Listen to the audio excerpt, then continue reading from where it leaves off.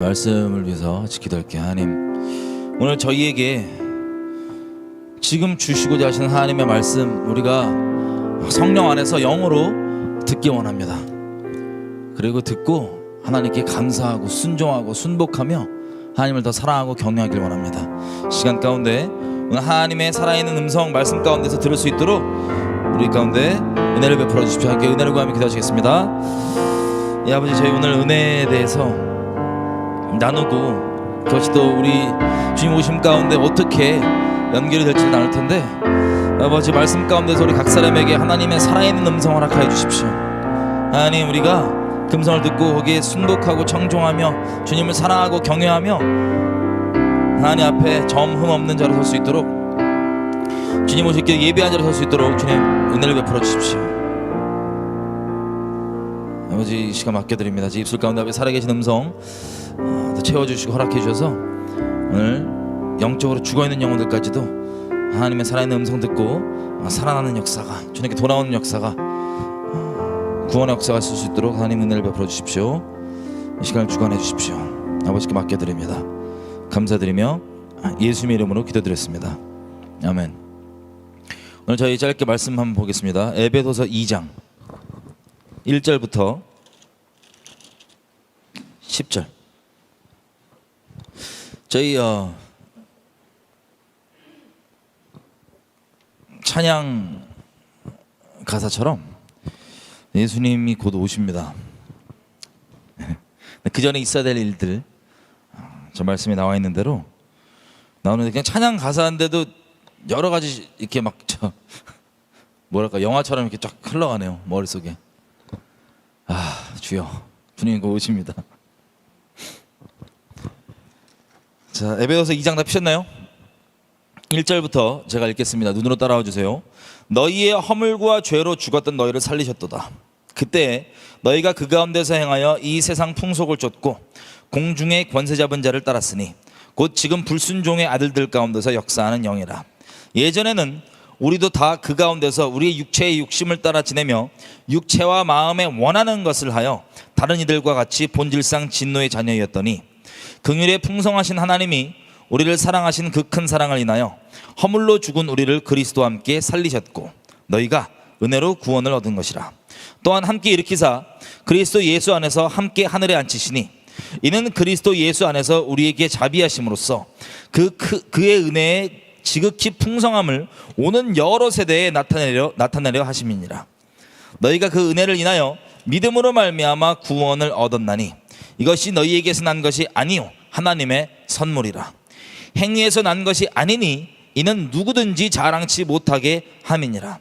우리는 그의 만드신 바라 그리스도 예수 안에서 선한 일을 위하여 지으심을 받은 자니 이 일은 하나님이 전에 예비하사 우리로 그 가운데서 행하게 하려 하심이니라. 아멘. 아멘.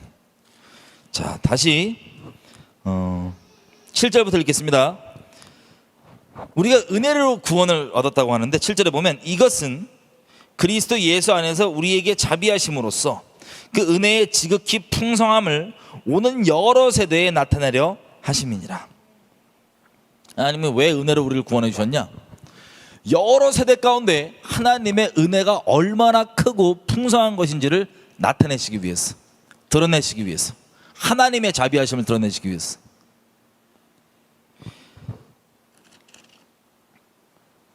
그리고 8절에 보면 너희가 그 은혜를 인하여 믿음으로 말미암아 구원을 얻었나니 이것이 너희에게서 난 것이 아니고 하나님의 선물이다. 여러분, 선물 줘봤죠? 선물 주면서 대가 바라시는 분 혹시 있어요? 그러면 그 선물이 약간 의미가 잘못되어 있거나 퇴색되어 있는 겁니다. 선물은 말 그대로 그냥 주는 거예요. 무언가를 바라서 주는 건 뇌물이고요, 선물은 무언가를 바라지 않고 그냥 주는 겁니다. 그 사람을 위해서, 그 사람을 생각해서, 그 사람을 더 나아가서는 사랑해서. 뇌물과 선물의 차이 아시겠죠? 하나님께서 우리에게 뇌물을 주신 게 아니고 그 은혜로 선물로 주셨습니다. 여러분들이 무언가를 해서 그에 대한 대가로 받는 거는 그건 선물이 아니고요, 급여예요. 보상이에요. 대가에 대한 보상. 그죠? 하나님께서 감사하게 은혜를 어떻게 주셨냐면요, 선물로 주셨습니다. 선물로. 이유는요, 9절에 행위에서 난 것이 아니니 이는 누구든지 뭐하지 못하라고요? 자랑치 못하게 하려 함이라. 여러분, 이 내용들 우리가 너무나 잘 알고 있는데 적용을 잘못하거나 혹은 나에게만 적용하고 남에게는 적용 안 하는 경우도 많이 있습니다. 그 부분을 하나씩 볼게요. 그래서 10절에 보면 우리는 그의 만드신 바라 그리스도 예수 안에서 선한 일을 위하여 지으심을 받은 자니 이 일은 하나님이 예전에 예비하사 우리로 그 가운데 행하게 하려 하심이니라. 자, 이 은혜로 구원을 받았는데 이 은혜로 구원해 주시고 이 놀라운 선물을 주신 이유가 뭐라고 되어 있냐면 10절에 보니까 무슨 일을 위하여서? 선한 일을 위하여서. 그리고 우리로 하여금 어디에서 행하게 하려? 그 가운데서 행하게 하려. 하나님 안에서, 그 선한 일 안에서. 그러니까 잘 들으세요. 이걸 결론적으로 보니까 행위에서 난 게 아니에요, 그죠? 하나님의 거저 주신 선물입니다. 이 선물을 주고 이 선물을 믿음으로 감사하게 받은 사람들을 결국엔 무슨 일을 행하게 하시려고? 선한 일을 행하게 하시려고. 이게 하나님 뜻이라는 거예요. 아까 우리 마태복음 24장의 찬양 내용 들었죠? 간단하게 전쟁, 기근, 지진, 핍박, 세상 사람들의 핍박뿐 아니라 믿는다고 하는 사람들 안에서의 핍박, 배신, 실제로 죽임, 별의별 일들을 다 이제 겪을 텐데 그 일들을 겪으면서 후렴구가 뭐였어요? 그러나 끝까지 견디는 자 구원을 얻으리라. 그럼 이게 어떻게 된 걸까요? 오늘 이 얘기를 하려고 합니다. 끝까지 견디는 자. 여러분, 끝까지 견뎌야 되겠어요? 안 견뎌야 되겠어요? 견뎌야 되겠어요, 그죠? 끝까지 견디니까 구원이 있는 거예요. 말씀에 의하면 마태복음 24장, 그죠? 근데 더 근본적으로 가면요, 택함 받았기 때문에 끝까지 견딜 수 있는 겁니다. 택함 받았기 때문에 끝까지 견딜 수 있는 거예요. 여러분, 이 적용을 잘못하면요, 안 견뎌도 택함 받았다며 이러고 다 멸망당하는 겁니다. 이게 기본 우리 보면은 한국 교회 혹은 전 세계 교회에서 이 구원파들은 이단이라고 취급합니다. 뭐냐면 구원파라고 얘기하면 쉽게 얘기해서 행위에 난 것이 아니니 막 살아도 된다는 거예요. 결론이 선한 일과 그 선한 일 가운데 행하게 하는 이 결론이 성경이 말하는 결론과 달라요. 결론이 앞에까지는 비슷합니다. 우리 행위로 난 게 아니다. 맞아. 거저 준 것이다. 맞아. 그러니까 우리는 이제라도 그 악한 일을 버리고 예수님을 순종하며 따라가자. 이게 결론인데 성경에서 말하는 결론이 달라요. 앞에까지는 맞아. 그런데 그래서 막 살아도 돼. 무슨 놈의 회개야. 이게 구원파입니다. 쉽게 얘기하면. 그래서 결론이 선한 일과 하나님 안에 거하는 게 아니라 죄악과 마귀에게 거하는 것. 결론이 앞에까지는 비슷하고 달을 이 끝 단자. 그런데 우리 기존 이제 한국교회나 이제 전 세계 교회들을 보면 이런 사이비 구원파 같은 이런 것들을 이단이라고 욕합니다. 근데 실제 믿음이라는 건 뭐냐면 관념이 아니고 실제 행동, 실제 삶이에요. 그걸로 나타나요. 실제 믿음을 보면 구원파처럼 해요. 다를 바가 없어요. 그러면서 결국에는 얘기하는 게 뭐냐면 은혜로 구원받는데 왜 나보고 이거 짐승의 표 받지 말라고 하냐? 왜 이걸 견디라고 하냐? 왜 배도에서 구별되라고 하냐? 따지는 이유, 구별되지 않은 채 이거 받는 채 따지는 이유가 뭐예요? 행위구원론, 이단이라고 얘기하면서 은혜를 주장하면서 그거를 합리화하는 겁니다. 여러분, 이게 마지막 때 어떻게 될지를, 그리고 어떤 차이가 있을지를 우리가 좀 자세히 오늘 보려고 하는 거예요. 여러분, 우리가 지금 10절 봤던 것처럼 에베소서의 결론은 뭐예요? 결론적으로는 은혜로 구원받지만 그 열매는 주님께 순종하는 거고 주님을 따르는 거예요. 여러분, 선한 일이란 건 뭐냐면 세상 기준으로 봤을 때 선한 일도 물론 선한 일이라고 할 수 있지만 근본적인 건 유일한 선하신 것은, 유일한 거룩한 것은 말씀밖에 없습니다. 말씀에 순종하는 거예요. 여러 가지 업다운, 넘어지고 앉고 일어섬이 여러 가지 있을 수 있지만 결론적으로 아주 최종적인 것, 그 사람이 정말 택함 받았다면 뭐예요? 짐승의 표현 받겠어요? 안 받겠어요? 안 받을 겁니다. 그 전조가 뭐예요? 배교에서도 구별될 겁니다. 왜냐하면 이게 다 시리즈로 이어지는 거거든요. 이런 근본적인 것들에 대해서 당연히 열매가 있습니다. 이거를 안 받았기 때문에 구원이 있는 게 아니고 택함 받았었기 때문에 안 받는 거예요. 택함 받았기 때문에 어떻게 우여곡절을 겪든 배교에서 구별됐던 거예요. 그래서 이걸 아는 사람은 점점 어떻게 되냐면 자랑을 하는 게 아니고요. 나는 구별됐는데 너는 왜 안 되냐 이렇게 되는 게 아니에요. 난 안 봤는데 왜 너는 그걸 봤냐? 혹은 난 기도 이만큼 하는데 너는 왜 이만큼 안 하냐? 난 이렇게 하는데 저렇게 안 하냐? 대부분 슬프게도 많은 분들이요, 행위구원론이 악하다고 얘기하면서 순종을 거부하고 은혜로 구원받는다고 하는 이 진리를 붙잡고 하나님께 순종하기를 거부합니다. 그러니까 적용을 그냥 이상하게 자기 죄성 좋을 대로만 받아들이고 가는 이 혼란스러운 시대가는 우리가 끝자락에 지금 있는 거예요. 그래서 워낙 끝자락에 있다 보니까는 여러분 여러 모양으로 이 결론의 차이를 많이 보였을 겁니다. 로마서 가볼게요.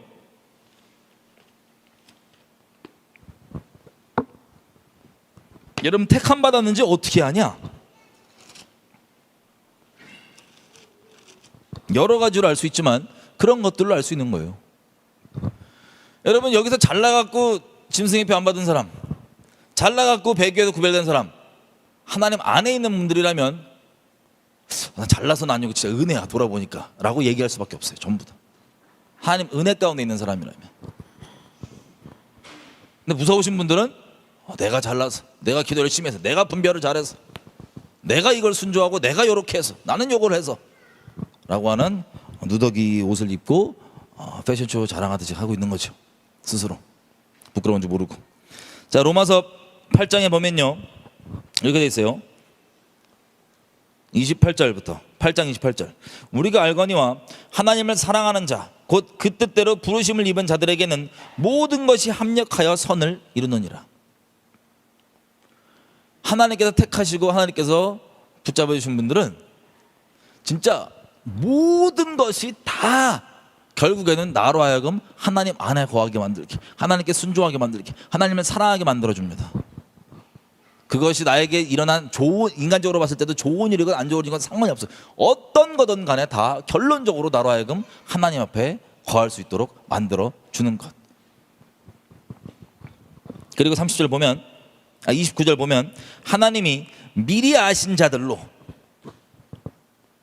하나님을 사랑하는 자는 하나님께서 아신 바 되었느니라 말씀하시죠. 영원하신 하나님 가운데서 영원토록 사랑하기로 지음받은 존재, 영생 가운데 있을 하나님의 신부들은요 하나님께서 아시는 사람들입니다. 마치 모세에게 얘기하듯이 내가 너를 이름으로도 알고 이 만물을 지으시고 인류 역사의 중심 되시고 인류 역사의 주관자 되시고 알파와 오메가 되시고 우주의 중심 되시는 주인 되시는 그분이 저와 여러분의 이름을 알아요. 이름만 아냐? 우리를 잘 알아요. 내가 너를 잘 안다. 남들은 널 몰라도 내가 너를 잘 안다. 이분이 우리를 안다고 하시는. 자, 하나님께 택함 받은 사람이라면 하나님이 아시는 거예요. 비록 그는 아직 하나님을 모르고 있을 수는 있으나, 제가 예전에 어렸을 때 귀신이 심하게 들려가지고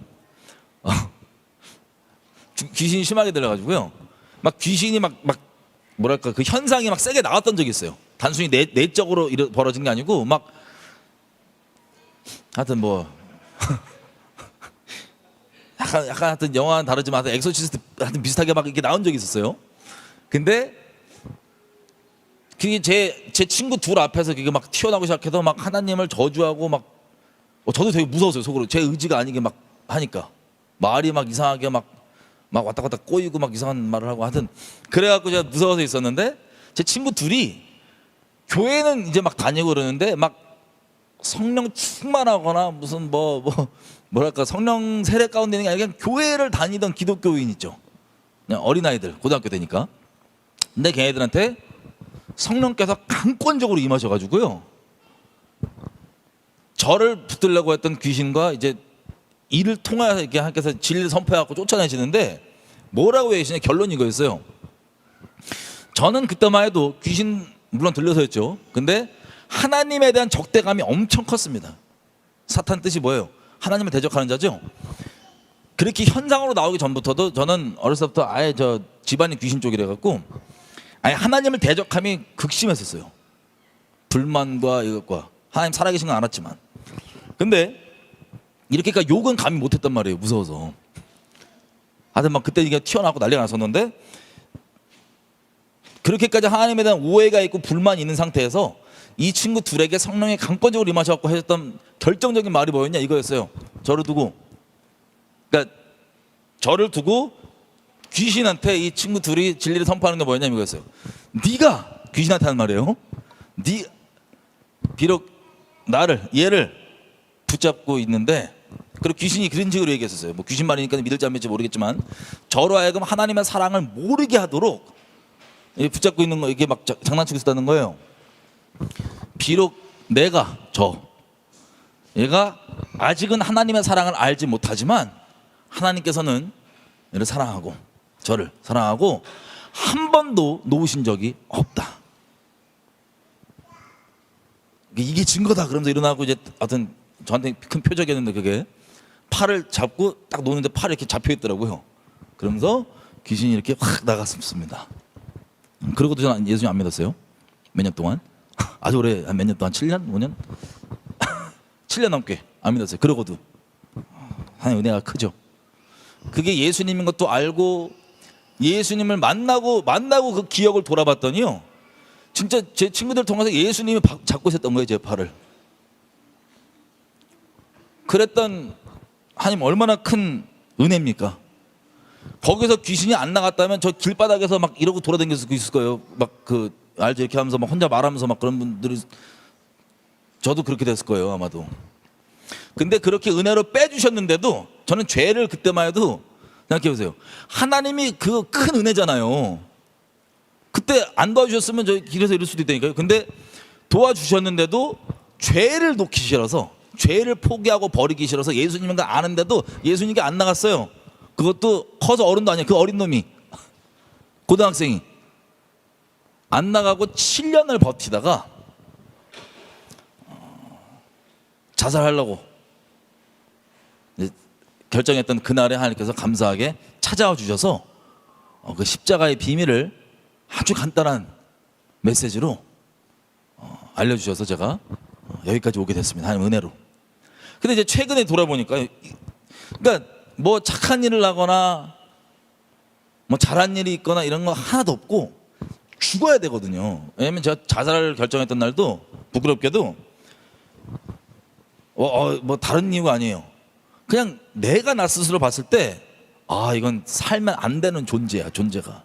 마음속으로 생각하는 바, 계획하는 바 엄청나게 교만하고 사악하고 이기적이고 음란하고, 이거는 뭐 벗어나려고 노력을 좀 해봤는데 안 돼요.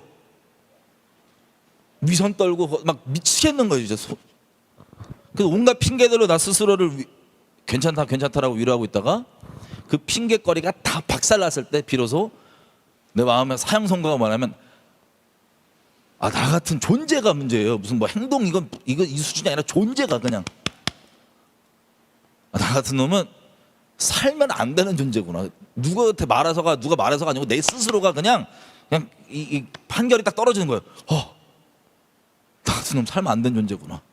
그래서 죽으려고 그랬는데, 그때 예수님의 그 비밀 이해가 안 됐던 그 십자가에 이분이 전능자고 하나님 아들인데 왜 달려있을까?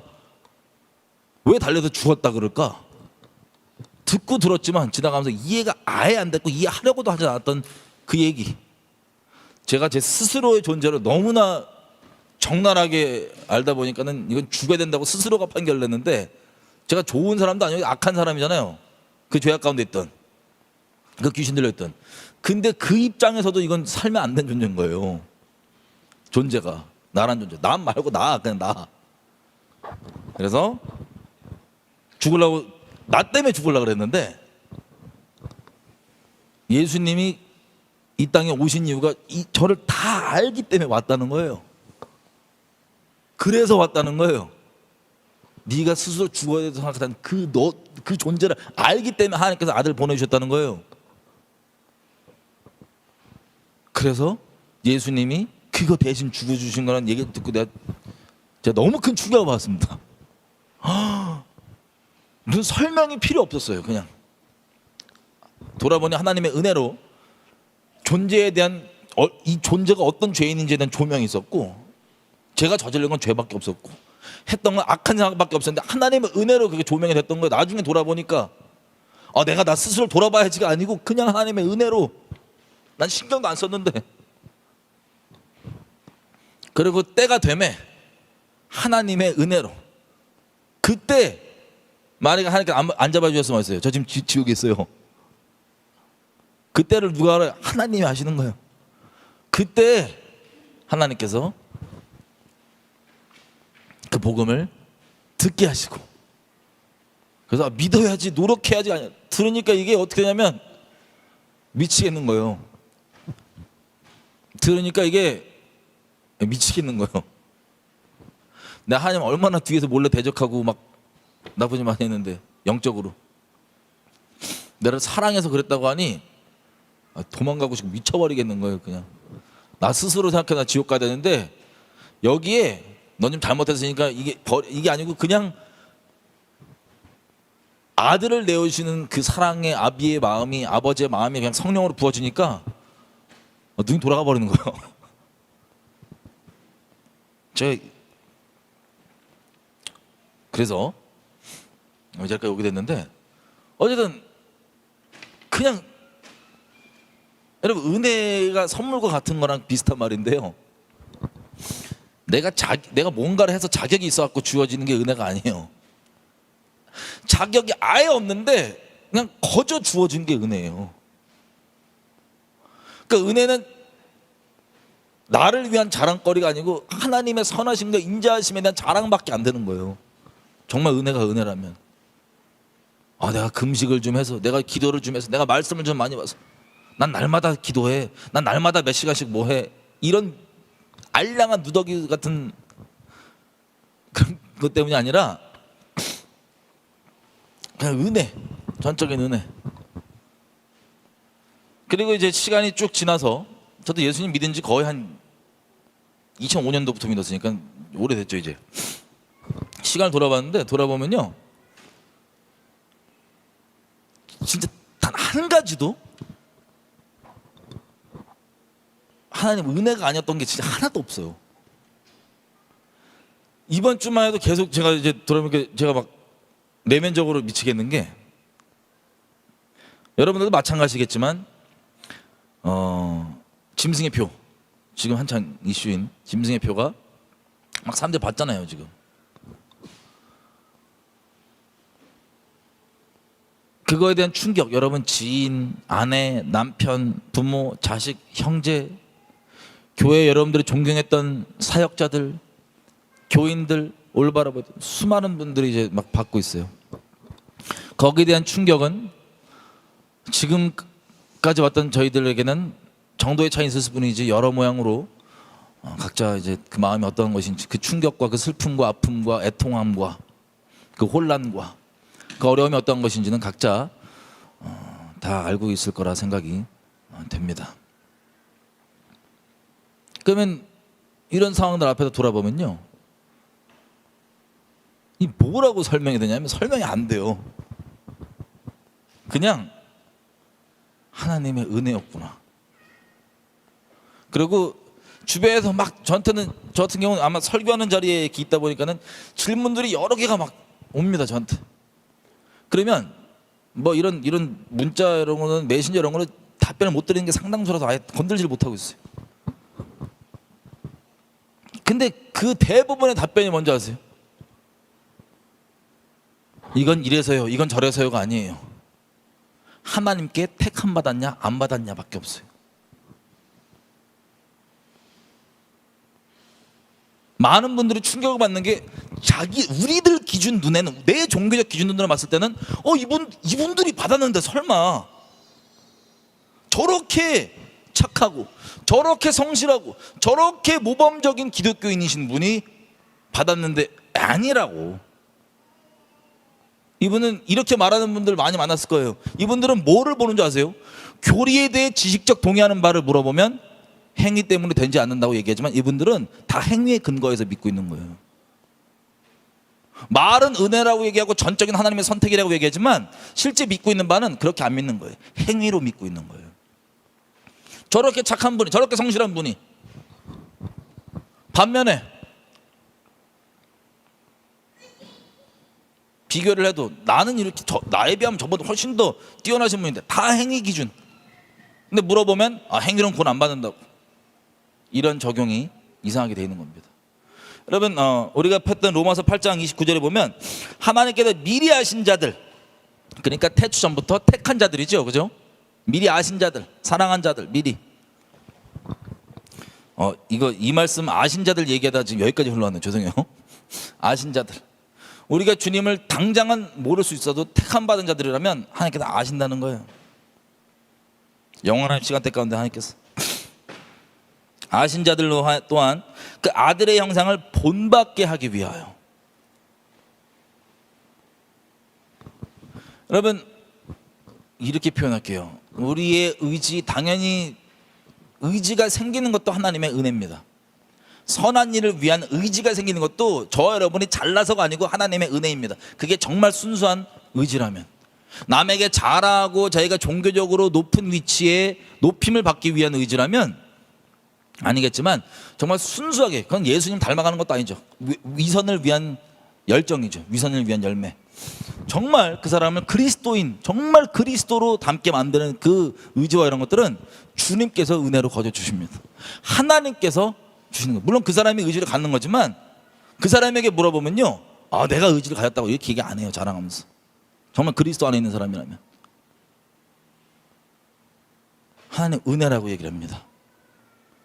근데 겉으로 볼 땐 뭐예요? 그 의지가 있어요. 그 아들의 형상을 본받게 하기 위하여 미리 정하셨으니. 미리 택한 이유가 뭐예요? 미리 사랑하신 이유가 뭐예요? 바울이 얘기한 것처럼 우리가 그날에 그분을 닮게 하기 위한 거예요. 예수님을.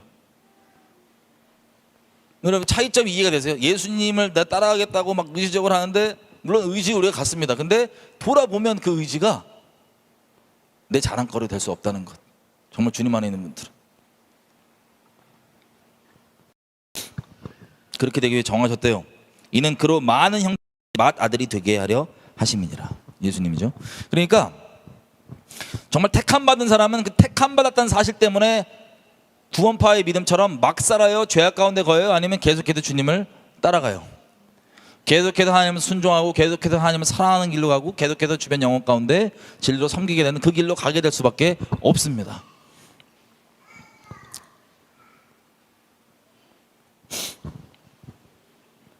그래서 결론적으로 주님이 의롭다고 칭하시는 거예요. 예수님의 자격으로. 그 행위 때문이 아니라 예수님이 완성하셨으니까. 30절, 또 미리 정하신 그들을 또한 부르시고 부르신 그들을 또한 의롭다 하시고 의롭다 하시는 그들을 또한 영화롭게 하셨느니라. 아멘. 아멘.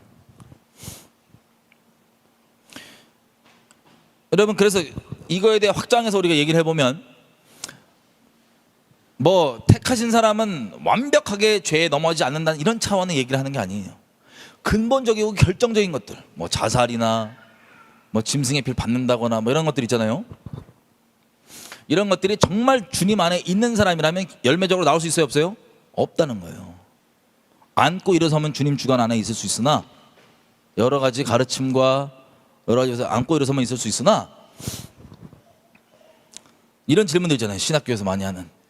자살하면 천국 가나요? 지옥 가나요? 이게 잘못된 이해 때문에 나오는 헛된 망상, 헛된 토론이거든요. 열매적으로 주님 안에 있으면 자살이라는 열매가 안 나와요. 주님 안에 있는 사람이었다면. 하나님 안에 있지 않고 그냥 단순히 기독교인이었다면, 종교인 기독교인이었다면 자살할 수도 있어요. 슬프게도. 하지만 주님 안에 있는 사람이라면 그 열매가 안 나오는 거기 때문에 아예 뭐랄까 맞지 않는 우리만의 상상 위에서 자꾸 교리적 논쟁을 하는 건 우리에게 아무 도움이 안 됩니다. 저는 이걸 뭐라고 얘기하냐면 교리 테트리스라고 해요. 머릿속에 별의별 거 다 껴맞춰. 제가 원하는 대로. 교리 테트리스. 여러분 짐승의 표도 마찬가지예요. 이미 다 지금 보고 있지만 숫자가 많냐 적냐를 떠나서요,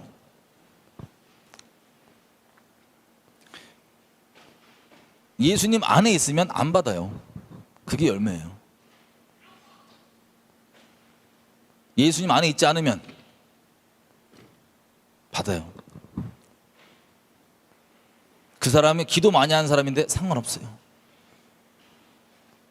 저렇게 내가 봤을 때 되게 인자하고 좋으신 목사님이신데 상관없어요. 다 우리가 행위 기준으로만 보는 거예요. 충격적이게도 여러 가지 질문들이 저에게 오는데 드릴 수 있는 답은 딱 하나예요. 누가 뭘 잘했고 못해서 그런 일이 벌어진 게 아니라 우리의 행위로 의한 게 아니라 하나님의 전적인 은혜일 뿐이고, 하나님의 구원은 하나님께서 택하셨냐 안 택하셨냐 이거밖에 없다고. 답이 누가 잘났냐 못났냐가 답이 아니라고. 그런 도토리 키재기로 따져서 얻어낼 수 있는 답이 아니라고. 이렇게 간단하게 답변을 드릴 수 있겠습니다. 예를 들면 너무 슬프고 마음이 무거워요. 이게 뭐 지금 1년 넘게 계속 이러고 있는데 좀 나아지겠죠. 여러분도 마찬가지일 거예요. 마음의 어려움과 힘듦은. 하여튼 최근에도 막 되게 선하신 분, 도덕적이신 분, 흠이 오히려 종교적으로 없으신 분, 모범적인 기독교인 분들, 주변 지인분들 포함, 이걸 막 봤습니다.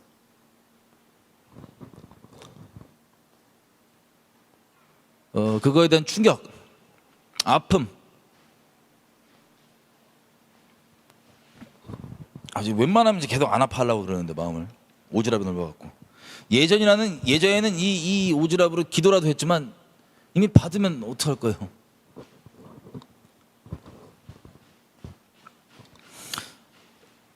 어쨌든 이런 아픔 가운데 있으면서 이제 돌아보게 되더라고요. 하나님의 은혜에 대해서. 예를 들면 저 개인만 보더라도 그분들과 저와 비교하면요, 그분들은 천사고 저는 악마예요. 비교를 하자면 저 인간 말종이고 그분들은 정말 선하신 분들. 근데 이 차이를 어떻게 보냐, 저에게는, 여러분들에게 뭐죠? 저에게 어떤 마음이 주냐면 그냥 하나님 은혜구나, 그냥 하나님 은혜구나.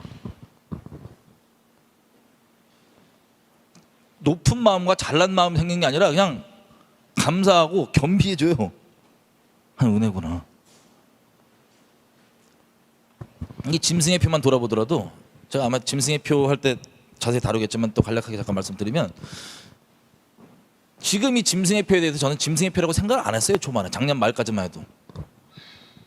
그냥 살펴보니까 이거 앞으로 계속 이거 받게 하겠구나, 이런저런 핑계로. 그리고 그 물질 몸에 쌓아서 결국에는 가상화폐랑 연결해 갖고 이거 경제 깨버리고 이거 완전 여기로 사고 파는 거 완전으로 가겠구나라고 추정을 하고, 나중에 이것을 완성시키는 것은 칩이죠. 칩, 마이크로칩, 베리칩. 예수님 처음 일 때 그걸 이제 짐승의 표라고 들었기 때문에 그거에만 딱 단순히 1차적으로만 생각하고 있었어요. 베리칩만 짐승의 표, 그런 마이크로칩만 짐승의 표. 근데 그런 이제 제 고정관념이 갇혀 있다 보니까 지금 있는 이 짐승의 표들 받고 있는 것들 사람들 생각을 안 했어요. 그냥 앞으로 저런 것들을 이 마이크로칩을 직접 이마와 손에 박으면서 완성이 되겠구나라고 생각을 하고 있었어요. 그러니까 거기로 가는 방향이구나. 많은 사람들이 인간적으로 논리적으로 생각하면 그렇게 생각하는 부분입니다. 그죠? 저도 마찬가지였어요. 근데 이제 하니까 그런 마음이 주는지 뭔가 기도를 좀 해봐야 된다는 마음이 있었어요. 이거에 대해서 자세하게 하니까 뭐 응답을 좀 받아야 된다는 마음. 근데 이제 기도를 하는데, 그러니까 기도 응답은 뭐였냐면 이걸 받을까 말까요. 왜냐면 딱 보니까 앞으로 사회에 이거 없으면 아무것도 안 하게 통제를 가겠는 거예요. 그래서 받아야 되나 말아야 되나 기도를 해보고 받아야겠다라는 어떤 마음이 생겼어요. 이것도 하나님의 은혜죠. 그런 생각을 왜 해? 근데 그런 기도를 하는데, 기도도 막 몇 시간씩 진지하게 하는 게 아니에요. 그냥 생각날 때마다 하나님 앞에 화살기도 포함해서 계속 함께 여쭤보는 거예요. 혹시 이런 거 알아야 될 게 있다면 알려주십시오. 어떻게 생각하시는지, 하나님 앞에서 어떤 겁니까? 등등. 근데 인지가 없는, 저에게 인지가 없는, 이게 응답인지에 대한 인지도 똑바로 있지 않은 채로 시리즈의 꿈들이 보여집니다. 여러분, 시리즈라는 건 뭐냐면 하루에 있었던 게 아니고 몇 달 동안 띄엄띄엄 이 꿈들이 나오는데 다 이어져요. 이 내용들이. 이 내용들을 꿈을 꾸면서도 저는 이게 응답인지는 나중에 가서 알았어요. 그러니까 이렇게 무지하고 이렇게 무딥니다. 한 은혜예요. 근데 처음에 내용이 뭐였냐면 이 짐승의 표를 안 받았을 때 아직 강제하는 그 꿈에서는 강제하지 않고 있어요. 근데 이걸 안 받았을 때 사회적으로 어떠한 불이익과 이런 것도 겪게 되는지를 딱 체험을 한 거예요. 꿈에서 첫 번째. 일어나자마자 너무 깜짝 놀랐어요. 전 단순히 그냥 되게 나이브하게 쉽게 생각했던 것 같아요. 뭐 이 정도 있겠지. 근데 그 수준이 이걸 안 받으면 사회에서 겪게 되고 격리될 그 수준이 장난이 아닌 거예요. 그 제가 와, 야, 장난 아니다. 앞으로 이거 안 받으면 우리가 생각한 것처럼 그냥 난 안 받을게 이런 차원이 아닌데. 제가 주변에 얘기했어요. 야, 그런 수준이 아닌데 이거 장난 아니라고. 법으로 강제하기도 전부터 이거 사회적으로 이미 장난 아니다 안 받으면.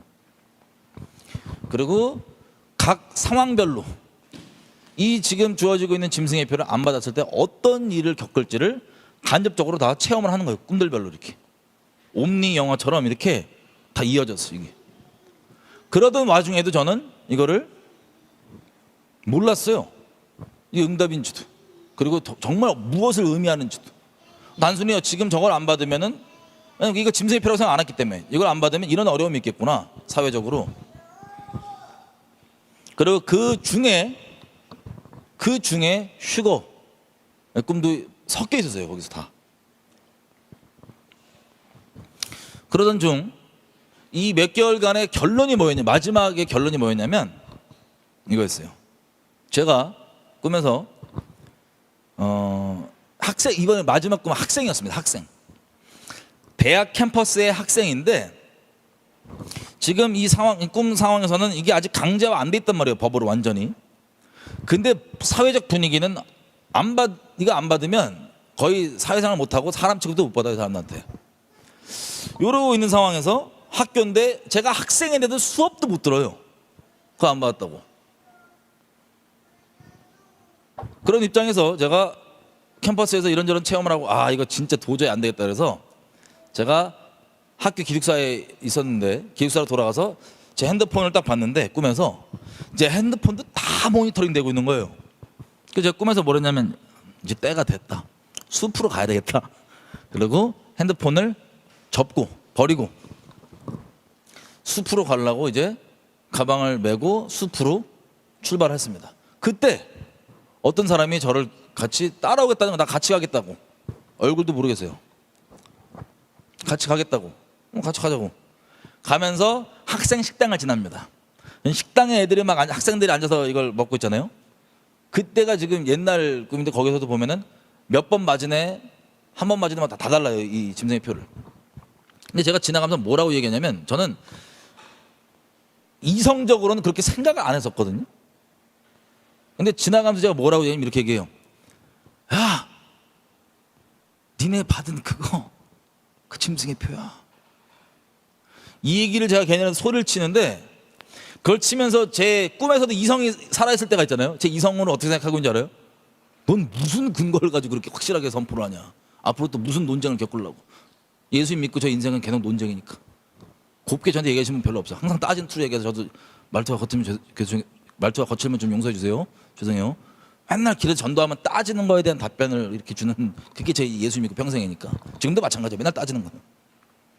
어쨌든 제가 그 얘기를 하면서 속으로 이성이 살아있는데 뭐라고 생각하면 넌 또 무슨 논쟁거리를 만들려고 너도 알지도 못하면서 그런 얘기를 하냐라고 스스로 생각하고 있어요. 웃으면서 또 무슨 논쟁거리 만드냐. 그리고 제가 그 얘기를 선포를 하고 학생식당을 나왔어요. 나왔더니 저랑 같이 가겠다고 따라왔던 요 사람 있죠? 사람인지 뭔지 모르겠지만 이 사람이 저한테 설명을 해줘요. 뭐라고 얘기하냐면 저거는 한 번만 맞으면 그 사람의 존재의 형질이 바뀌기 때문에 더 이상 하나님과 계약 관계가 될 수 없다고. 이 얘기를 듣는데 제가 바로 이해가 확 되는 거예요. 꿈에서. 언약 관계가 될 수 없다는 거예요. 여러분, 예수님은요 왜 완전한 사람으로 오셨냐? 사람을 구원하기 위해서. 완전한 사람을 구원하시기 위해서. 하나님은요 눈에는 눈, 이에는 이, 그리고 저울에 눈곱 하나도 어긋나는 거 안 넘어가시는 공의로우신 분이십니다. 왜 사탄이 구원 못 받은 줄 아세요? 완전한 사람이 아니라서 그래요. 완전한 사람, 사랑의 대상으로 만든, 영원토록 사랑하려고 대상으로 만든 사람은 사람의 완전한 존재가 아니고 다른 존재는 구원이 안 돼요. 그래서 예수님은 완전한 사람의 몸으로 오신 거예요. 그래서 예수님은 완벽 대속, 더하지도 덜하지도 않는 딱 맞아떨어지는 사람의 존재를 사람으로 대속한 거예요. 그게 십자가입니다. 저 이거에 대한 이해가 딱 바로 생겨가지고 꿈에서 깼습니다. 그게 이 현재 짐승의 표 시리즈의 마지막 꿈이었어요. 그 몇 개월간 걸쳐왔던. 깨가지고 제가 놀란 거예요. 너무. 아니 이 짐승의 표라고. 그래서 내가 대체 어떤 게 한 번만 받아도 구원을 못 받게 되는지, 어떻게 그럴 수가 있는지, 말씀에 있는지. 왜냐면 저는 이걸 짐승의 표라고 아예 생각 안 했으니까요. 그죠? 아니 이거 말씀으로 좀 확인해. 제가 새벽에 깨갖고 새벽 4시인가 그랬는데 바로 일어나자마자 바로 앉아갖고 기도하기 시작했어요. 하나님께 이 내용을 물어보는 겁니다. 하나님 이런 내용이 아닌데 이거 되게 심각합니다. 지금 몇 개월 동안 시리즈의 결론으로 지금 이게 결론적으로 이게 지금 짐승의 표라고 지금 선포를 했는데 꿈에서 보니까 심각합니다. 이거에 대해서 전 말씀의 확인이 필요합니다. 이게 정말 주님께 온 게 맞다면 말씀으로 확인해 주십시오. 이 기도하자마자 바로 말씀이 떠오르는 거예요. 히브리서 11장입니다. 히브리서 12장입니다.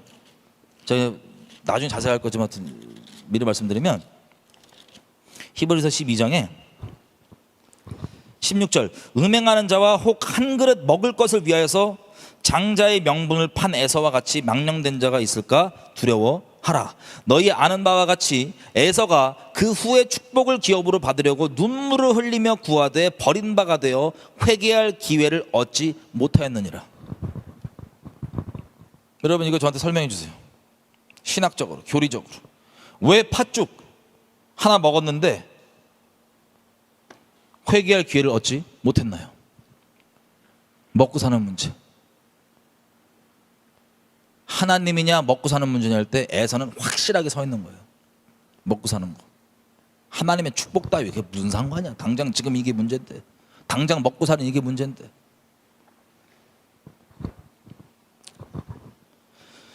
자, 근데 이거는 저는 이때까지만 해도 이해가 어떻게 했었냐면 그냥 축복, 장자에 대한 축복 있죠. 그냥 축복만에 대해서 축복을 못 받았을 뿐이구나, 이렇게 쉽게 생각을 하고 있었던 거예요. 그 깨서 기도할 때만 해도. 근데 이 말씀이 기도 끝나자마자 떠오르면서 어떤 이해까지 같이 떠오르냐면, 가만히 있어봐, 장자라고 하는 건 구원받은 자들의 모임이에요. 장자의 회라고 하는, 하늘에 있는. 어디 나오냐? 바로 보세요. 바로 밑에 절 가보면 22절. 그러나 너희가 지금 이른 곳, 그러니까 구원받은 자들이 지금 서 있는 이곳, 그것은 시온산과 살아계신 하나님의 도성인 하늘의 예루살렘과 천만 천사와 하늘에 기록한 장자들의 총회와 교회와 만민의 심판자이신 하나님과 및 온전케 된 의인의 영들과 새 언약의 중보이신 예수와 및 아벨의 피보다 더 낫게 하는 뿌린 피니라. 자, 여기 장자들의 모임 있죠. 장자의 회, 이게 뭐예요? 구원받은 자들에 대한 표현이에요. 신명기에 나와 있는 여호와의 총회에 못 들어오고 장자의 총회, 이거 있죠. 하늘에 구원받은 자들의 모임입니다. 장자. 이 말씀이 떠오르면서 바로 연결되는 게 뭐냐면, 장자가 구원받은 자들에 대한, 구원받은 자라는 뜻인데 이게 지금 구원을 잃어버렸다는, 그게 회개가 안 된다는, 이게 이해로 딱 한 방에 온 거예요. 눈 떠갖고 바로 기도하는데, 그때부터 제가 이걸 충격을 좀 받았습니다. 왜냐면 그렇게 생각 안 해봤었기 때문에, 에서에 대해서. 그냥 물어봐서, 하나님 그럼 지금부터 제가 과학, 자료, 지식 이해 아무것도 없고 엄밀히 얘기하면 저 만든 사람들이 이 정보를 안 뿌리면요, 우리는 알 바가 없어요. 공개 안 하면. 정보를 뿌려도 내가 허위된 거 막 섞어서 뿌리면 온갖 혼란만 있을 뿐이에요. 그 정보와 자료를 가지고 이거를 이렇다고 판단하는 건 우리의 판단이고요. 시간이 지나면서 제가 계속 주변에 얘기하는 건 이겁니다. 하나님의 은혜가 아니건 이거 짐승의 표현인지 모른다. 아무리 설명해도 이거 상관이 없다. 우리 WCC 배도 설명 많이 해봤죠? 아무리 설명을 해도 이거에 대한 이해와 그리고 결론적으로 어떻게 어떻게 행동을 해야 되는지, 어떻게 구별돼야 되는지 이거에 대해서 하나님은 은혜 아니고 모른다. 이거 백날 설명해봤자 죄인은 죄를 위한 온갖 핑계거리로 하나님 말씀을 땡겨올 뿐이고, 이거는 이성의 영역이 아니다. 하나님의 전적인 은혜와 택하심의 영역이다. 지금도 마찬가지예요. 그래서 많은 분들이 물어보면 대답을 해주고 설명을 해줘요. 일단은. 그래도 혹시 모르니까 99.9%라 그럴게요. 99.9%는 그냥 제껴버리고 다 받아버립니다. 어쩌다 가끔씩 정말 너무나 이런 다 이 설명을 아무리 해줘도 제껴버리는 이것들을 경험하니까 낙담이 될 거 아니에요. 낙심으로. 그죠? 그래서 거의 이걸 포기하고 그냥 기도만 하나님께서 직접 좀 알려주시는 거 외에는 저 뭐 설득으로도 뭐로도 안 돼요. 저 어떻게 할 방법이 없습니다. 유튜브 뭐 페이스북 이런 데는 얘기하면 다 막 저희 지금 한 번 더 얘기하면 저희 바로 잘려요. 사라져요. 그냥 한 방에 통보 없이. 이거 어떻게 할지 모르겠어요. 하나님께 직접 좀 알려주시는 거 외에는 제 방법이 없다고. 그러다가도 예를 들면 최근에도 이 낙심된 마음이 이러고 있는데 또 지인분이 연락이 와요. 또 막 뭐 이런 이거 아니다 무슨 헛소리 하냐 저한테 뭐 이런 얘기를 해서 제가 기분 나쁜 게 아니고 이거는 이러다가 다 받는 걸 제가 보니까 이제 너무 무서운 거예요. 그걸 이분이 받았을지 안 받았을지 확인하기가. 그리고 받은 분들은 대부분 옹호하는데 계속 가요. 옹호로. 무서운 거예요. 얘기하는 거 보니까 저한테 성경 설명하는데 막 잘못된 성경에 대한 이해 가지고 막 얘기를 하는데, 저는 이미 이런 분들 많이 얘기해봤고 지인들 포함 다 받는 걸 봤기 때문에 무섭잖아요. 얘기를 꺼내기가. 그런데 그냥 갑자기 왜 그런지 그냥 전화를 해버렸어요. 통화를 했는데 처음에는 역시나 말도 안 되는 성경에 대한 자신만의 이해와 궤변과 이 교만을 안 내려놓고 얘기하길래 속으로 벌써 이미 낙담됐습니다. 아, 이분도 그러면 결국 짐승의 자식이었단 말인가. 그 슬픔, 고통. 그러고 있는데 그래서 설명을 했죠. 감사하게 중간에 이분이 뭐가 건드려졌나 봐요. 그리고 이해가 된다 그러고 우시면서 가더라고. 자, 이런 여러 가지 경험을 통해서 이분은 또 뭐예요 그러면? 결론적으로요, 하나님께서 택하신 자 외에는 짐승의 표를 다 받습니다. 숫자에 연연하지 마세요.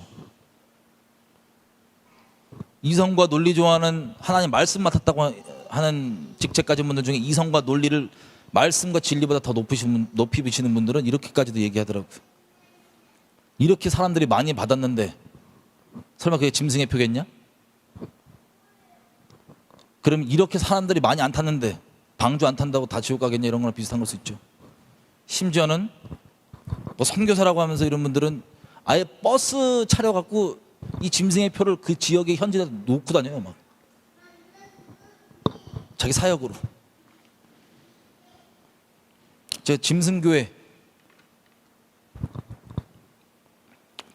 제가 표현하는데 짐승교회가 돼버린 거예요. 다 영적으로. 회개를 거부하고 짐승으로 간 거예요. 낙인으로. 배교 다 시리즈로 이어지는 겁니다. 다. 연쇄적으로. 그 영적인 실체 상태가 그냥 나오는 겁니다. 어제 이런 것들을 보면서 결론은 뭐냐면요. 그럼 여러분들은요? 여러분들은 만약에 짐승의 표를 안 받았다면 왜 안 받았을까요? 여러분들이 조사 열심히 해서? 열심히 기도해봐서? 아니에요. 어떤 루트와 어떠한 있었던 우리의 완악함 고집과 이런 걸 다 초월한 하나님의 강권적인 은혜와 하나님의 택하심이 있기 때문에 그렇습니다. 누구도 자랑하지 못하게. 그럼 저도 이제 돌아보면 최근만 해도 이제 이 설명을 길게 드린 이유가 있어요. 주변에 막 이런 분들 다 받는 거 정말 뭐라고 표현할까, 흠이 없으신 분들, 온전한 기독교인들, 존경받으시는 분들, 뭐 이런 분들 다 받는 걸 보면 지인분들 포함해서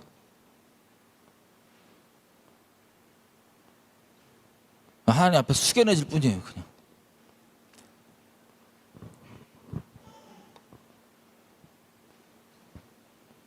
왜냐면 제가 말씀드렸죠. 아예 그렇게 저도 똑같이 생각 안 했는데 제가 원해서 제가 그래서 하나님이 강권적으로 때가 되니까 맞춰서 알려주시잖아요. 그럼 개인적으로 잘한 일이냐 뛰어났냐 그런 게 아니에요. 그냥 하나님의 강권적인 은혜로 때에 맞게 때에 맞는 말씀 주시고 알게 해주시고 때에 맞게 보호하심 주시고 때에 맞게 이런저런 길들 열어주시고 허락해 주시고 그러면 막 그런 짐승의 맞는 분들과 저랑 개인적으로 인간적으로 비교를 해보자. 제 스스로가 비교조차 안 되는 저 인간 말종인데 이분들은 너무나 존경받으실 분들이고 뛰어나신 분들이고 도덕적이시고 종교적으로 흠이 없으신 분들인데 이런 차이가 나냐? 그냥 하나님 은혜일 뿐이다. 하나님 앞에 겸비해지고 뭐랄까 약간 근신되는 마음과 감사함밖에 안 들어요. 감사함밖에. 대체 뭐라고? 사람에게도 자랑할 게 뭐가 있어요? 제가 뭐라고 자랑하겠어요? 누가 봐도 객관적으로 훨씬 더 도덕적이고 뛰어나고 흠 없으신 분들이고 나는 내가 봐도 인간 하자 많은 사람인데 하나님의 은혜밖에 얘기할 수가 없게 되더라고요. 시간이 나서 하나님 은혜다. 하나님 은혜다. 이게 그냥 교리적 얘기가 아니고 이제 하나님 은혜라는 말밖에 안 나와요. 이제 더 이상 앞으로 더 심할 것 같아요. 여러분 그래서 마지막 때 끝까지 견디는 자는 구원을 받으리라고 그러죠. 우리의 의지로 견디기로 결정하실 거죠. 그 의지도요 하나님 은혜 때문에 그 의지가 맺어지고 지켜질 수 있습니다. 여러분 가끔씩 이걸 또 잘못 적용하면 아유 뭐 나 의지도 안 부리고 없는데 뭐 하나님 은혜라며 다 이렇게 생각하는 행위 구원과 하나님 은혜를 또 막 잘못 적용한 분들은 야 행위로 구원받는 게 아닌데 얘 이거 표 받았다고 무슨 놈의 지옥 가 아니지 라고 이상하게만 적용하는 거예요.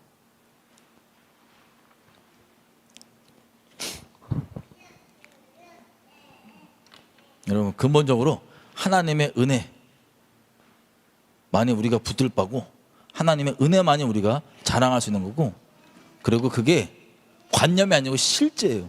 가면 갈수록 뚜렷해져요. 마지막으로 이 부분 말씀 보고 마칠게요. 요한복음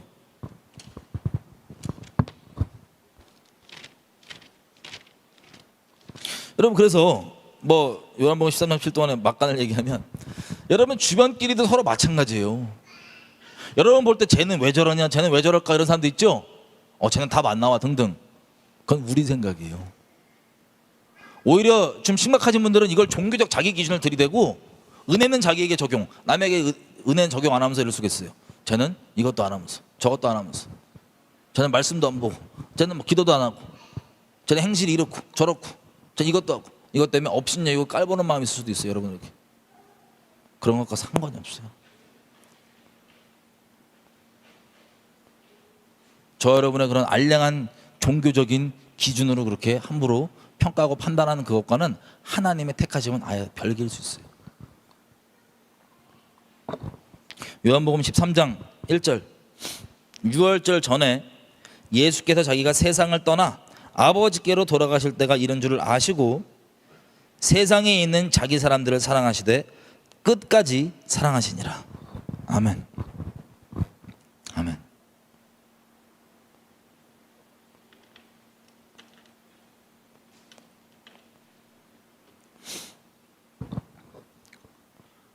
하나님께서요 하나님께 택하심을 입으신 분들을 사랑하시되 끝까지 사랑하십니다.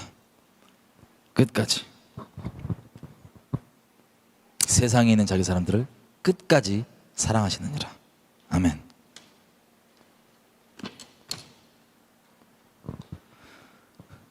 이 하나님의 택하심과 전적인 은혜와 이 사랑이 우리를 그리스도 앞에 점도 흠도 없게 서게 하실 겁니다. 그래서 우리가 주님을 믿고 신뢰하고 찬양하는 거예요. 지금 저 여러분의 몰골뿐만 아니라 거기에 머무는 게 아니라 하나님께서 때에 맞춰 우리를 택한 자들이라면 변화시켜가며 주님 앞에 온전하게 만드십니다. 그게 하나님의 약속이에요. 여러분 데살로니가 제가 읽어드릴게요. 전서 보면요 5장에 이렇게 됐어요. 5장 23절 평강의 하나님이 친히 너희로 온전히 거룩하게 하시고 또 너희 온 영과 혼과 몸이 우리 주 예수 그리스도 강림하실 때 흠없게 보존되기를 원하노라. 너희를 부르신 이는 미쁘시니 그가 또한 이루시리라. 아멘. 여러분 얼마나 놀라운 말씀인지 아세요? 이렇게 돼 있어요. 우리를 거룩하게 하시고 영과 혼과 몸이 주님 다시 오실 때 흠없게 보존되기를 원하노라. 우리를 부르시는 분은 신실하신 분이시니 그가 또한 이루시리라. 주체가 누구예요? 우리를 흠없고 점없고 거룩하게 만드는 주체가 누구예요? 여러분이에요? 아니에요. 하나님이 그렇게 하시겠대요. 그분이 신실하시기 때문에 그렇게 반드시 이루신대요. 그래서 우리가 소망이 있는 거예요. 지금 우리의 몰골 때문이 아니라. 그리고 그래서 우리가 남에게 나를 자랑할 수 있는 게 아니고 하나님의 은혜만 자랑할 수밖에 없는 거예요. 기도할게요. 여러분 한번 생각해 보세요. 하나님이 저 여러분을 아들 생명값 지불할 정도로 사랑하시고 지금도 마땅히 뭘 기도해야 되고 뭘 구할 바 알지 못하는데 그냥 하나님 앞에 나가기만 하면 뭐라 그래요? 기도하기 전에 내가 이미 너 있어야 할 건 내가 다 안다.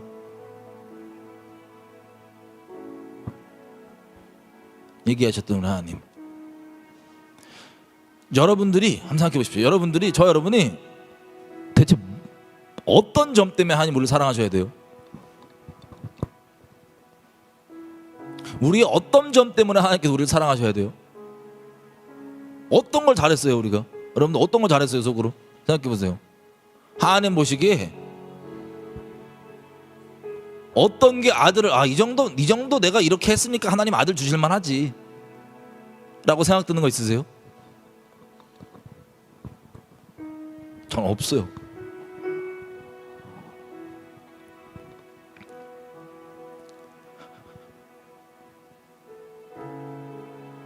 반대로요. 네 자신 인생을 들어봤을 때 사람들 앞에서 보이고 사람들 시선 없을 때 혼자 있을 때 나왔던 수많은 악독한 이 모습들 주님 다 아시는데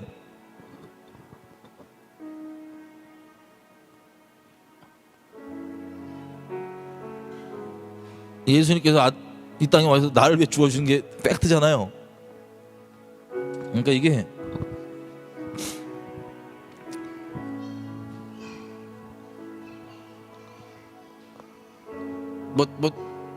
하나님께 나를 사랑하게 만들 아무런 게 없는 거예요. 제 마음 상태와 마음의 중심과 행위와 모든 것들이 하나님께 여쭙습니다. 아니 나를 보면 나는 심판이 합당하지 하나님의 이런 은혜와 이 사랑과 이게 합당하지 않은데 왜 이렇게 큰 은혜를 베풀어 주십니까? 라고 여쭤보면 하나님의 대답은 항상 같았어요. 뭐냐? 내가 너를 사랑하기 때문에. 무슨 이유가 있고 조건 있는 사랑이 아니라 내가 너를 사랑하기 때문에. 이 사랑으로 주님께서 우리 끝까지 붙잡아 주신대요. 할렐루야. 이 사랑 우리 영원토록 찬양하려고 지원받았는데 주님께 좀 감사했으면 좋겠어요. 하나님 다윗의 고백이 나올 수밖에 없는 거예요. 우리가 대체 무엇이간데 인자가 대체 무엇이간데 하나님 내가 대체 뭔데 나를 다 아시고도 어떻게 나를 이렇게 사랑할 수 있습니까? 주님 주님에 대한 찬양과 감사와 이 은혜 때문에 주님 앞에 겸비하게 될 수밖에 없음을 고백합니다. 주님께 좀 각자의 고백으로 감사했으면 좋겠어요. 이 주님의 은혜를 우리를 끝까지 주님 앞에 설 때까지 견인해 가시고 인도해 가실 이 주님의 강권하신 사랑을 주님께 감사했으면 좋겠어요. 우리 각자의 입술 같이 고백하며 가시겠습니다.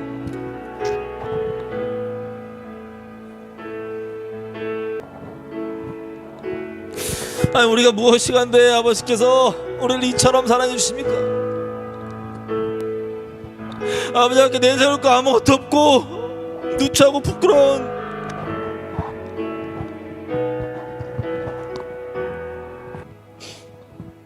로마서 9장을 제가 좀 읽어드릴게요. 그리고 계속 기도했으면 좋겠습니다.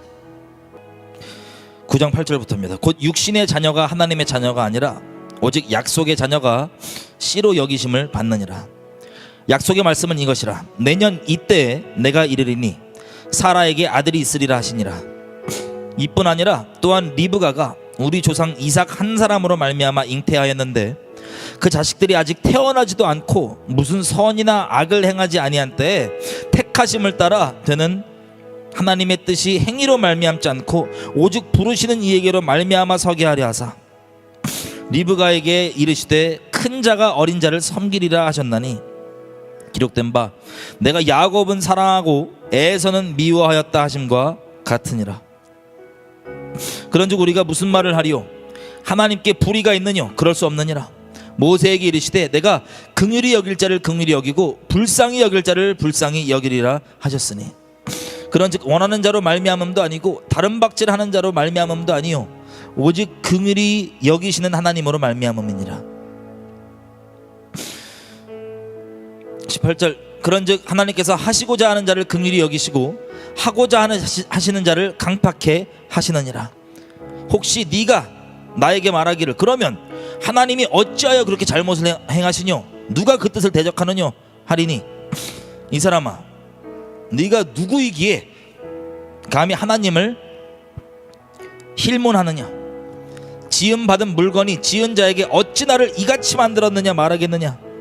토기정이가 진흙 한 덩어리로 하나는 귀하게 쓸 그릇 하나는 천하게 쓸 그릇을 만들 권한이 없느냐? 만일 하나님이 그 진노를 보이시고 그 능력을 알게 하고자 하사 멸하기로 준비된 진노의 그릇을 오래 참으심으로 관영하시고 또한 영광 받기로 예비하신 바 긍휼의 그릇에 대하여 그 영광의 부요함을 알게 하고자 하셨을지라도 무슨 말을 하리요? 아멘.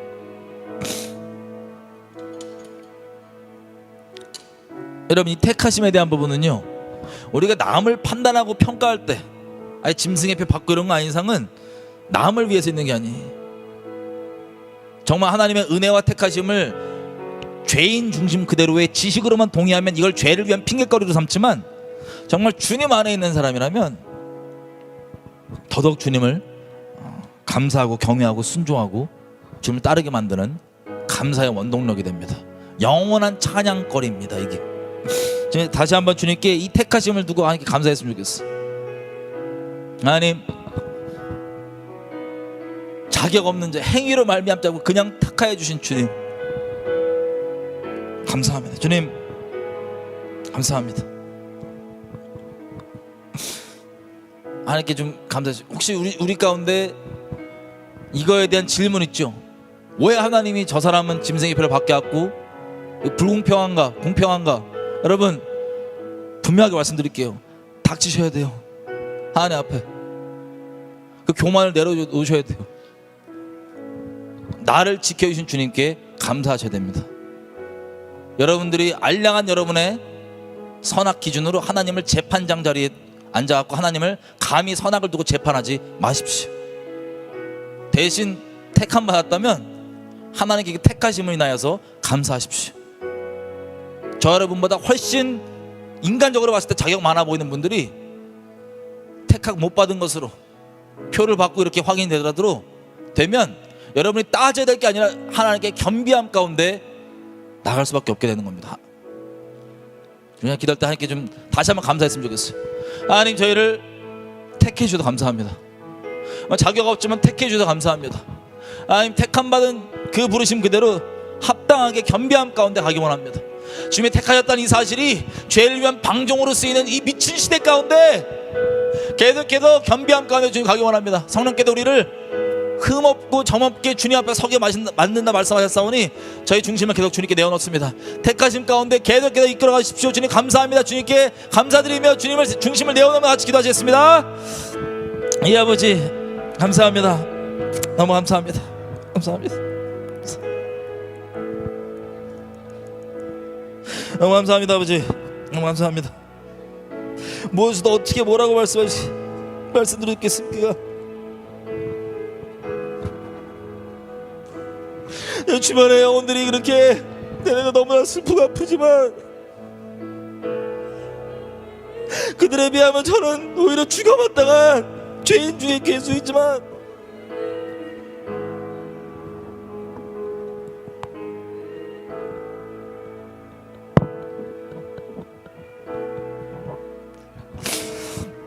하나님께 택한 바 중에 합당한 자로 살기 원합니다.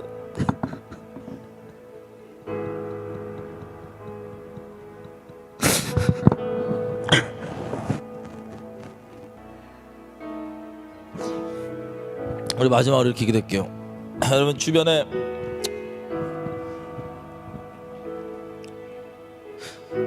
이제 짐승의 표를 다 받으시는 분들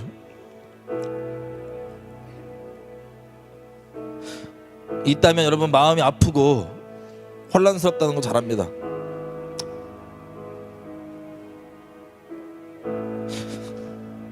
다시 말씀드리지만 그 아프고 혼란스러움이 하나님에 대한 대적으로 가면 안 돼요. 오히려 하나님에 대한 감사와 겸비함으로 우리가 오늘 나눴던 내용들의 전체 결론이에요. 감사와 겸비함으로 하나님 우리가 더더욱 택함 받은 자에 합당하게 주님 살아갈 수 있도록 주님 능력 주시고 도와주십시오.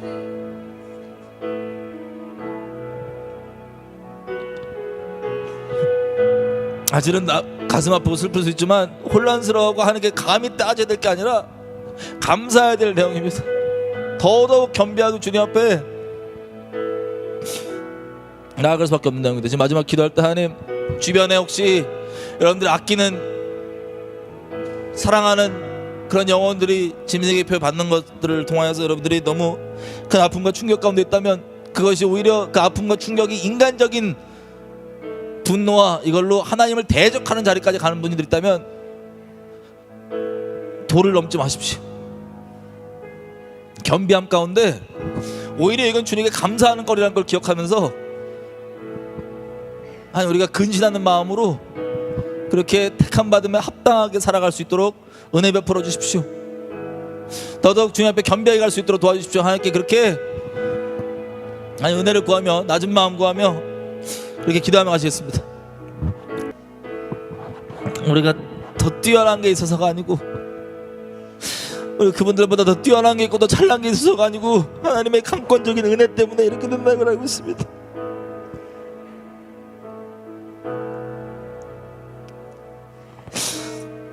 하나님 은혜 가운데 합당하게 살아갈 수 있게 도와주십시오. 하나님 그 택하신 은혜 가운데 합당하게 살아갈 수 있게 도와주십시오.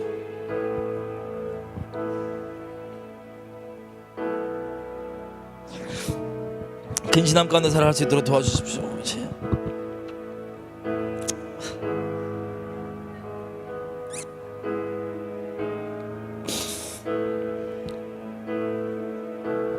하나님 저희 모두 가운데 아버지 안에 있는 수많은 사람들 가운데 이 혼란이 있을 줄을 알고 있습니다.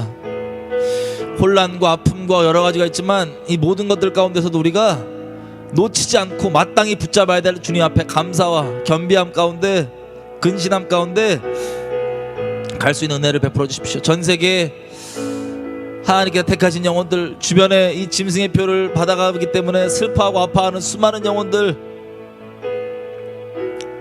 그들에게 주님 찾아가 주셔서 다른 방향 이상한 방향 아닌 겸비한 방향 겸손한 방향 주님 안에 감사하는 방향 택하신 자라면 합당한 그 태도로 갈 수 있는 그 입장으로 갈 수 있게 하나님 은혜 베풀어 주십시오. 붙들어 주십시오.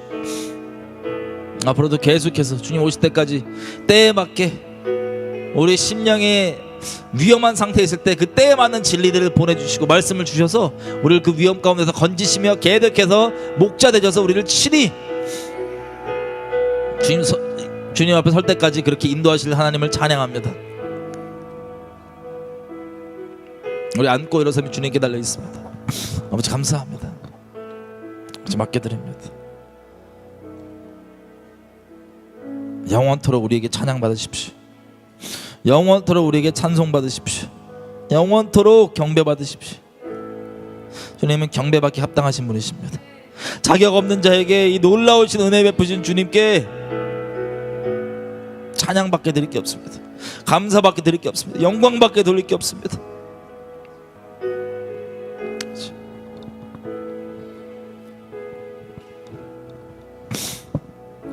감사합니다.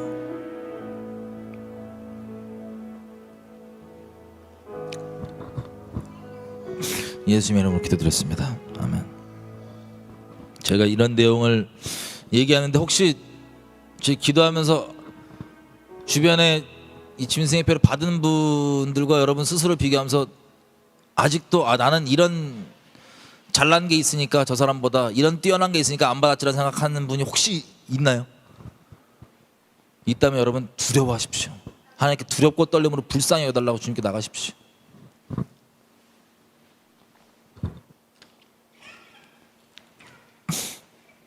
겸손, 겸비, 우리가 겸손해야지 겸비해야지라고 되는 그런 수준이 아니라 주님께서 친히 성령 안에서 우리를 그렇게 빚어가 주실 겁니다. 그리고 실제 객관적으로도요, 진짜 자랑할 게 없어요. 우리는 하나님의 은혜밖에. 우리 중에 이 종교 슈퍼인들 없죠? 난 날마다 이거 하니까, 난 날마다 기도하니까, 난 뭐 날마다 뭐 하니까. 두려워하셔야 돼요. 그게 하나님과의 사랑에서 그 관계 가운데 있는 거지, 그게 여러분들의 어떤 자격과 여러분들의 상태를 유지해 준다고 하는 그 엄청난 착각. 주님이 우리를 그렇게 은혜로 계속해서 이끌어가 주실 겁니다. 여러분들 봤을 때 아예 상태 이상해갖고 정말 쟤는 진짜 구원 못 받겠다 싶은 분들 있죠? 있을 수 있어요. 그건 저 여러분의 판단이고요. 주님이 때가 되면 만지시면 한 방에도 그 사람이 바뀔 수 있어요, 없어요? 있어요. 그 사람이 표를 받거나 그런 게 아닌 이상은 영혼들 위해서 기도해 주십시오. 네. 저도 옛날에 귀신 한창 들렸을 때 있잖아요. 어렸을 때 막 목사랑 싸우고 막 교회 가서 막 한 토론 붙자고 막 싸워 별 미친 짓을 다 했는데, 그때 교인분들이 저를 다 포기했었어요. 그때 눈빛 보면 다 마음이 뭐냐면, 아, 쟤 진짜 지옥 자식이 저런 거구나, 그런 눈빛이에요. 아직도 기억납니다. 그거에 대해 기분 나쁜 게 아니고 당연한 거야. 어쩌라고. 그랬던 놈이 하나님의 은혜로 한 방에 이렇게 되잖아요. 저도 하나님께서 아무리 상태 이상한 사람도 표를 받은 상태가 아니라면 바꾸실 수 있습니다.